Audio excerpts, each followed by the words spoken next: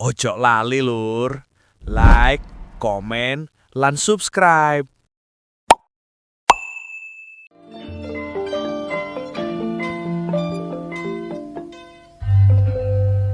Paman Patih. Nyuwun nggih, Gusti. Rumangsa ayem maces rasaning atiku. Nyuwun nggih. Sawise krungu ya kuwi swaraning gending. Oh, menika gending sing aneh, Gusti. Kuwi gending apa jenenge? Menika gending kapal induk, Gusti. Paman Patih. Nyuwun nggih. Emane senajan to aku iki wis suwe. Mengku praja ana ing tawang gantung kecik kene. Tak rasa-rasakake kok isih durung bisa model. Oh nggih, sebab nika tasik dereng mateng, Gusti. Saderengipun Gusti, dalem ngaturaken sembah sungkem kang awal kang akhir kang batin. Pinten-pinten kelepatan kula nedhi sepunten kali Gusti. Iya Paman Patih. Kaya wis lumrah kanggomu ngaturake sembah pangabekti. Sineksenan kaki danyang Nyai Danyang kang baureksa dipun. Nyuwun nggih, Gusti. Cet kepriye Paman Patih? Nggih. Sira sun dadekake tetuangganing praja tawang gantung kecik kene. Nggih. Samangsa-mangsa ana parang muka sangka manca negara. Apa kira-kira aku wis ora nganti mudhun saka kursi sewan kene?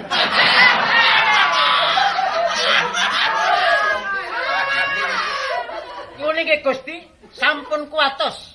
Sebab kula mriki tebih saking desa. Gembrojok tanpa larapan sabur sampun lar. Mencolok tanpa sitang. Sebab sitang kula bento. Paman Patih. Nyuwun nggih.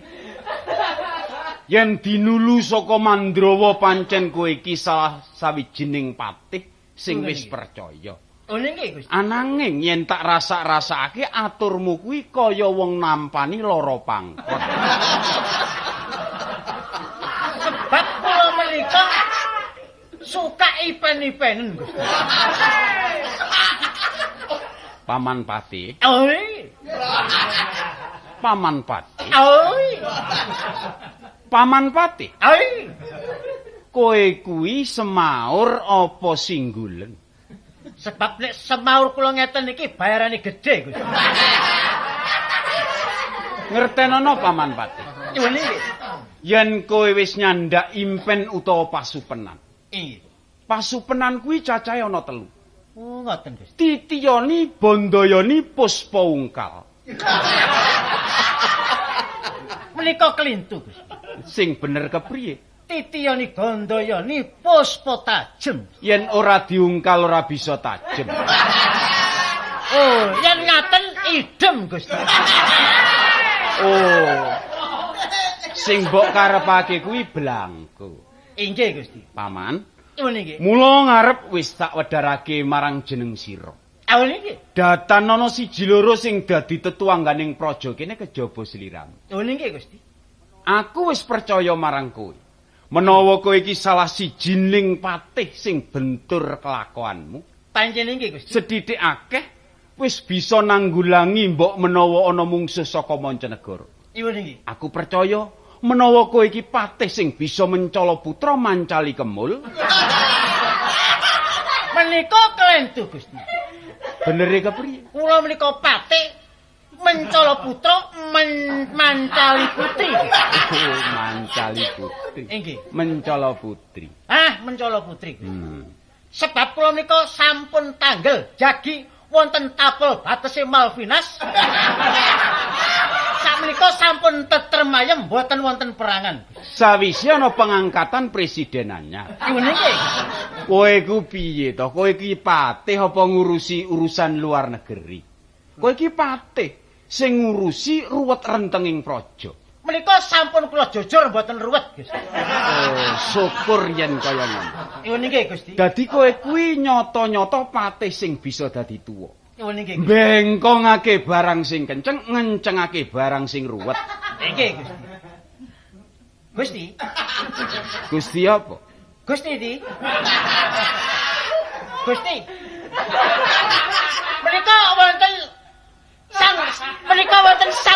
putri Gusti. Sang putri kepriye? Sing mbok karepake putraku. Lah menika Endang Susiati. Endang suku manik. Kok suku manik?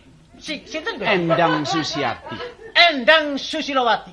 Kok Susilowati? Susiati. Ayo nggih. Kowe wis ngerti dhewe, Paman. Ya ngene. Mbok menawa putraku Endang Susiati. Inggih. Kuwi salah sijining wanodya kang sulistya ing rupa.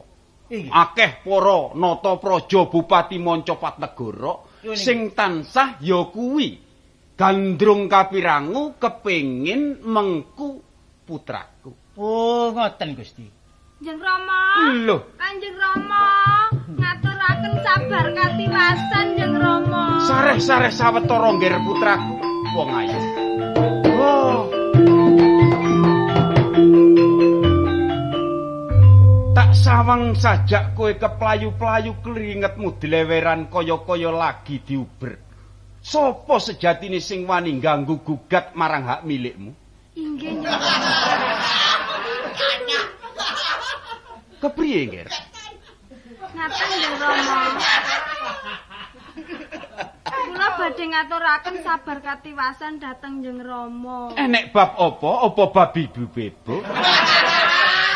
Apa ana babi buta? Mboten. Kepriye, Nger? Ngaten Kanjeng Rama. Kula wau wonten margi dipun bujeng-bujeng kalian satriya Kanjeng Rama. Lah dalah jagat dewa-dewan. Duh, kok nganti ana kaya mangkono. Menika kelintu mboten dewa-dewan Gusti. Kepriye? Nek lik dewa-dewan menika kancanipun piyambak. Sesebutane ratu rak ya kaya mengkono to Paman Pati. Nggih, nggih. Terus pundi Gusti? Lah dalah jagat dewa-dewan. Pun ate ditambahi dewa-dewa. Oh, jagat dewa. Lah jagat dewa. Kowe diuber-uber sawening wong priya. Inggih Kanjeng Rama. Lajeng kula dipun gandrung kok Kanjeng Rama. Lah kari kowe saguh nglakoni apa ora, Nggih? Inggih mboten to Kanjeng Rama, kula mboten saguh. Oh, sumingkira yen ngono kowe.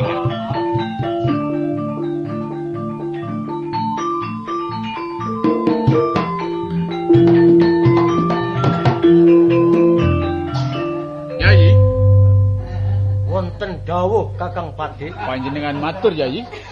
Menika ratunipun. Lah menika patinipun ingkang rambutipun berintik linggis menika. Kisana, Ngestaken dawuh. mengko dhisik sadurunge kowe tak dangu tanpa kaliman marang bocah penamping sing jaga paregolan.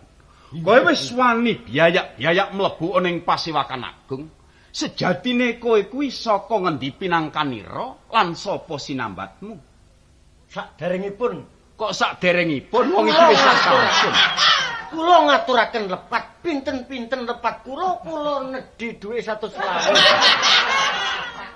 Inggih, kula sejatosipun saking negari Cacing. Cacing apa?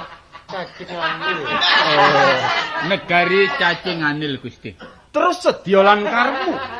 Lah dalem ngriki menika badhe ngelamar putra putrinipun Gusti Ratu menika. Oh, kaya mangkono. Nggih.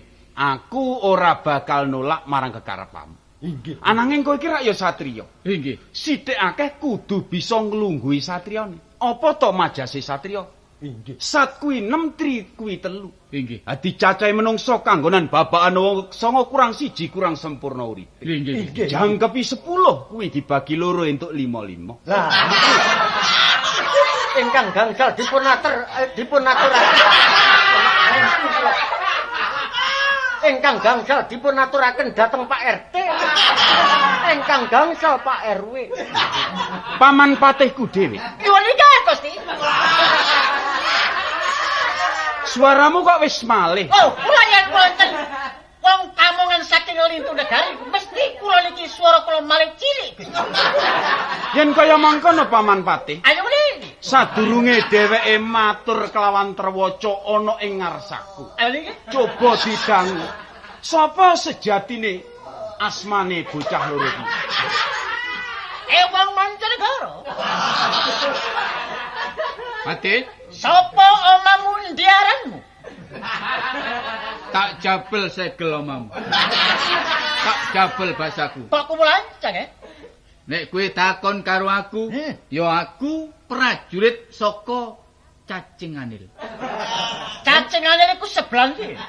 Sebelahe Cacing Pitah. Srentu Kakang Mas. Iya, Yayi. Dados Cacing Anil menika sebelahipun Bungkal. Lah kok sok wangsulipun panjenengan menika paringan asma sinten? Yen kowe ora tambo marang kowe aku ya aku kena darani pate saka ngene tawang gantungan kecik kene. Aranku Pate Sokran. Nah, Pati Sokran. Ayo. Matura nang ratumu dinan iki putra putri ratumu bakal tak tak boyong nang Cacing Anil. Ora perlu mbok rasani aku wis neng mburine. Hah. Kowe sapa sejatine jenengmu? Kula Pate Jeliteng. Oh. Jeliteng lha kowe? Pate Predi. Yen kowe durung tambuh marang aku. Nggih. Aku sing Natapraja. Aku kang aran ya kuwi Ratu Gendrayana BA.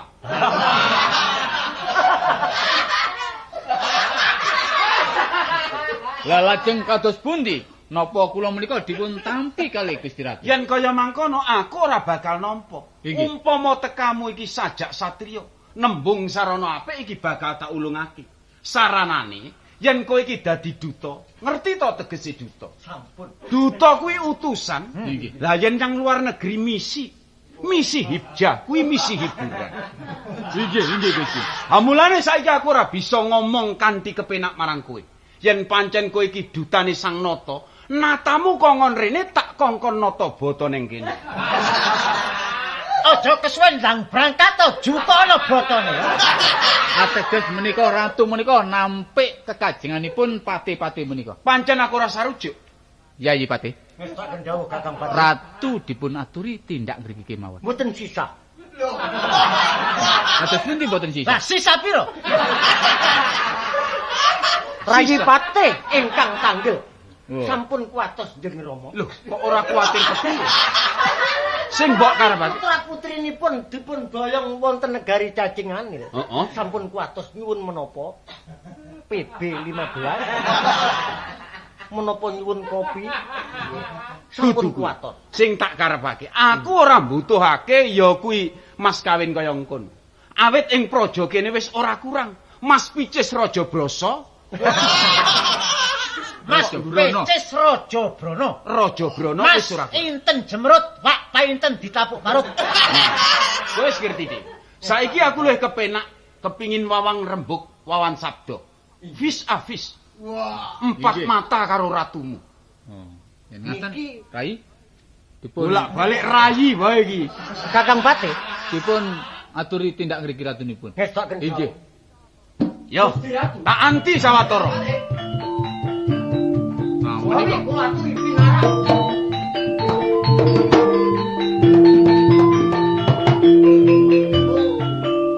Kulaturi pinarak supados berunding piyambak panjenengan. Inggih, Kakang. Menai dados panitianipun.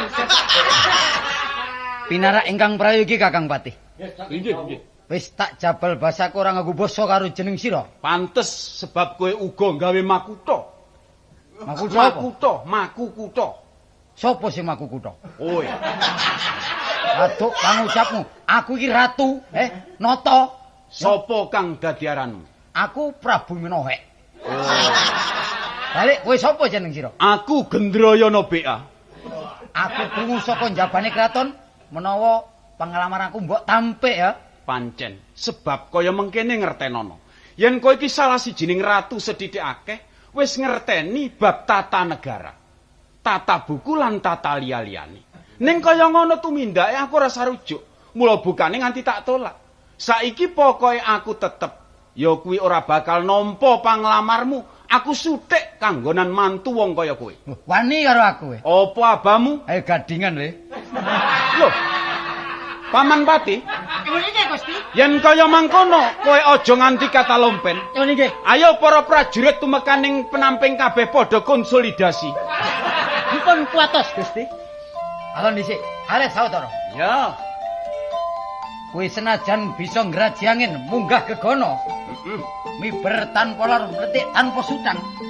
Tapi yen katungko rawi ratu saka ing cacingan bakal sumir kuandamu temekaning pati kowe ya. Apa abamu? Ning kowe uga kudu waspada lan ngati-ati. Kowe ora keprungu kasektenku. Apa? Percil tak tutupi seminggu dadi kodhok.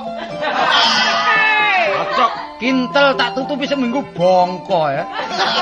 Syukur yen kaya mangkon. Wiwit dina iki aku lagi percaya menawa wis mbok buktekmu. Ngajak perang piye kowe? Perang umbul-umbul, perang junjung.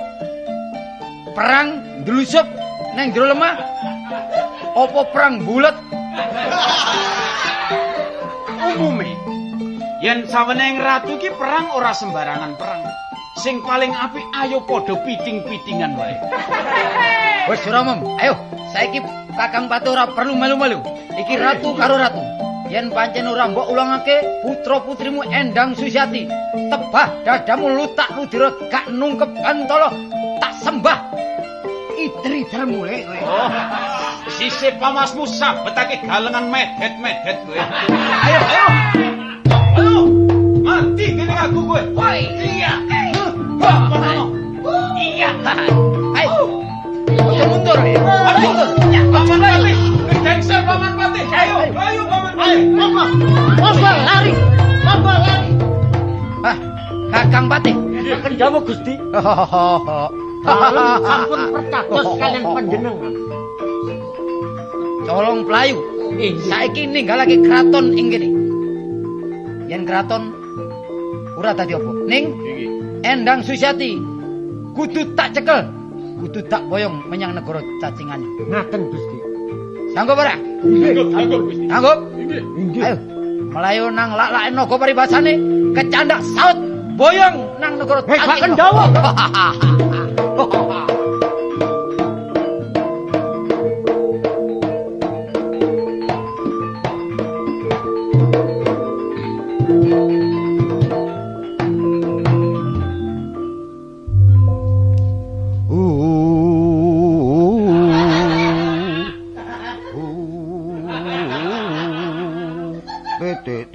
Titik tukung, titik tulak, titik tukung, ditulak mlayu ngidul, tulake cabang bayi.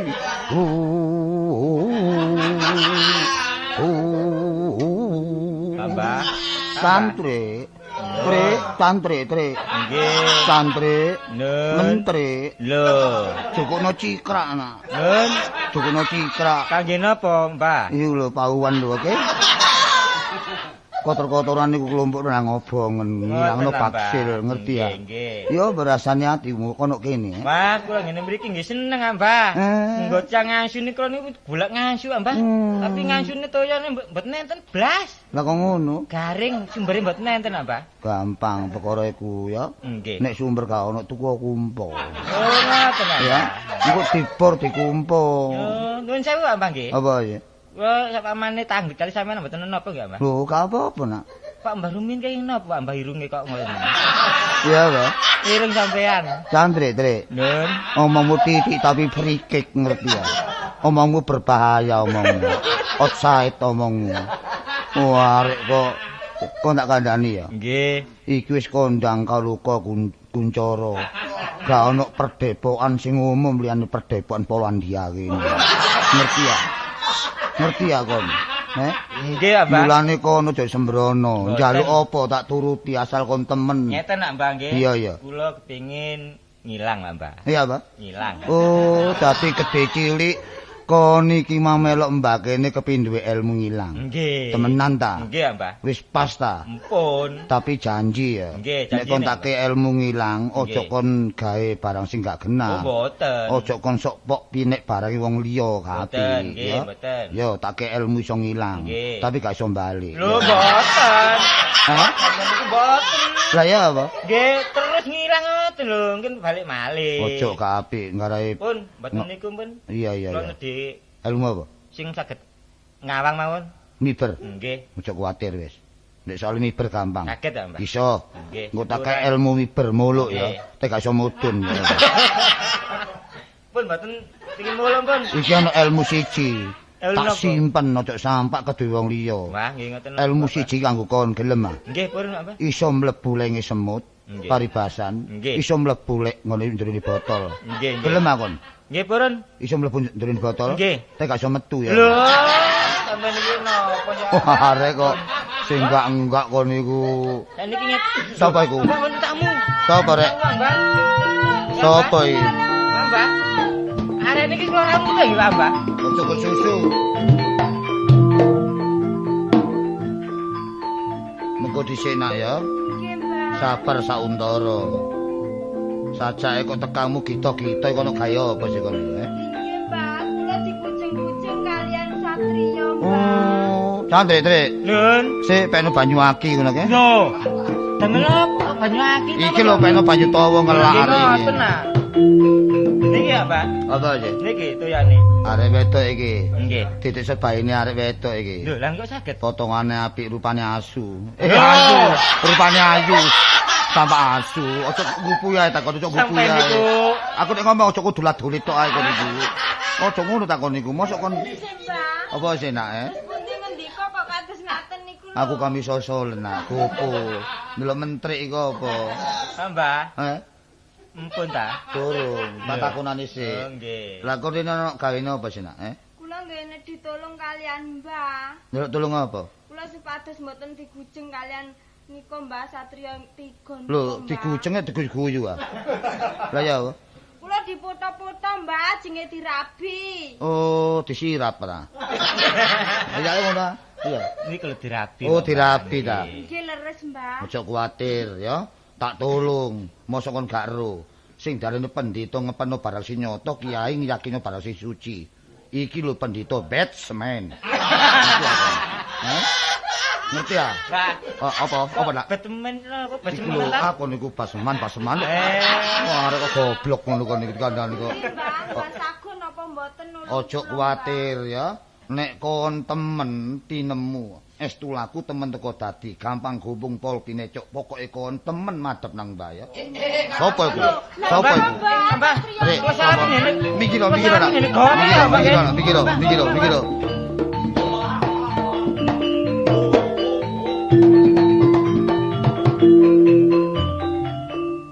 Mangke rumiyin. Sawangi kaya pendhita kowe. Iki kula pendhita. Pendhita kok gak nganggo sandal. Iya mergo bubulen. Mbah. Trik. Lun. Si jukun pikulane Trik. Kanjene ya, Mbah. Tak towoke arek. Pendhita, kowe ngerti karo aku? Nek awakmu tanpa basa, aku tanpa basa. Ora Sebab apa? iya, sajake kon kok muring-muring tekomu kok gembruduk kepek balamu ape lapo kon, Ah ngerti. Iya. Ratu ah. Ratu. Ora ratu. Lho, Mbah. Apa? Bujeng, Mbah. Ratu gak pokro. Ana Ratu. Wong ratu kok malah diguyu-guyu ki piye iki ya? Anane aku guyu iki mang ratu kurang tata. Sapa iki? Loro iki sapa? Iki Kakang Pati. Pati. Pati sapa? Kowe gak tak kai KTP.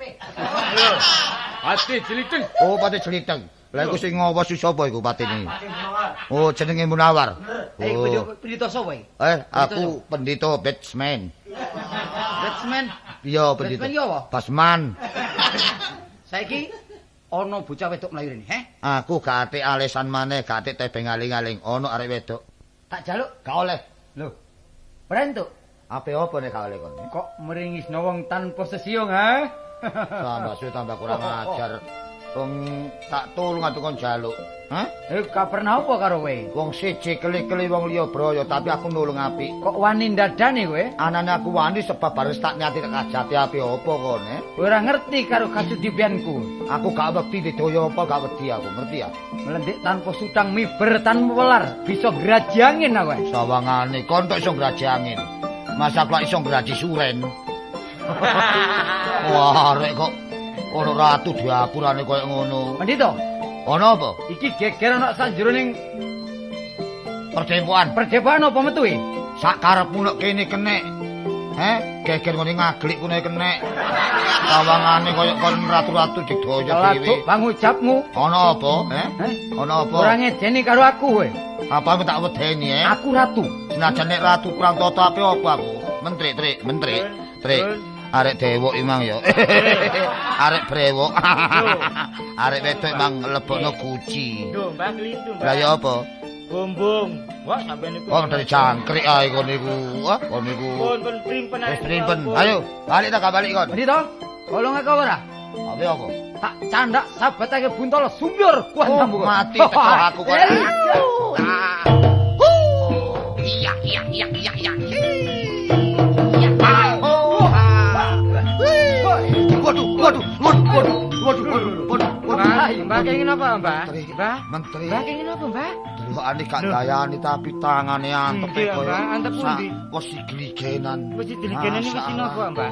Wes wungkul kok gak ngerti takon niku ya apa Nggih. to.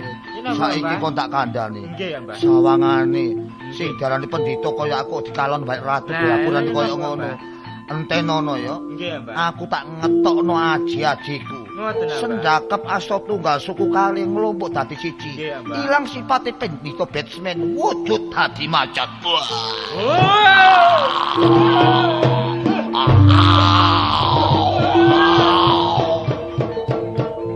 Kakang Bante. Terus pundi muni? Ngomongin pendito sing sidik, Nggih. pendito sidik, sidik raos. Sidik Pendito sing digdaya kuwasa. Nggih. Dadak saiki ilang manungsane. Wujud simo. Dudu Simo. kucing. Menika sanes kucing. Wujud apa kowe? Wah, menika ngajengipun pabrik korek.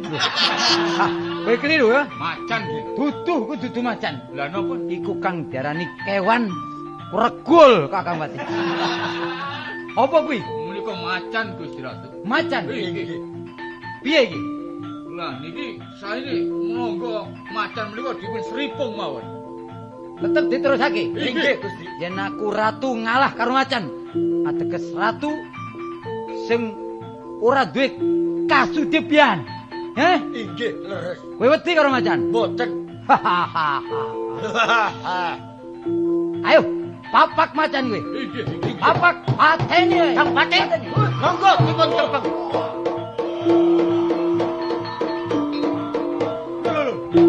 Kakang Patih podo keplayu kabeh. Wah, wujude macan-macan pendhita mesti digdaya. Tinimbang aku ora dadi garwane si Endang Susiati. Timbang urip becik mati. Hei, macan, maju. Macan. Maju. Macan. Macan.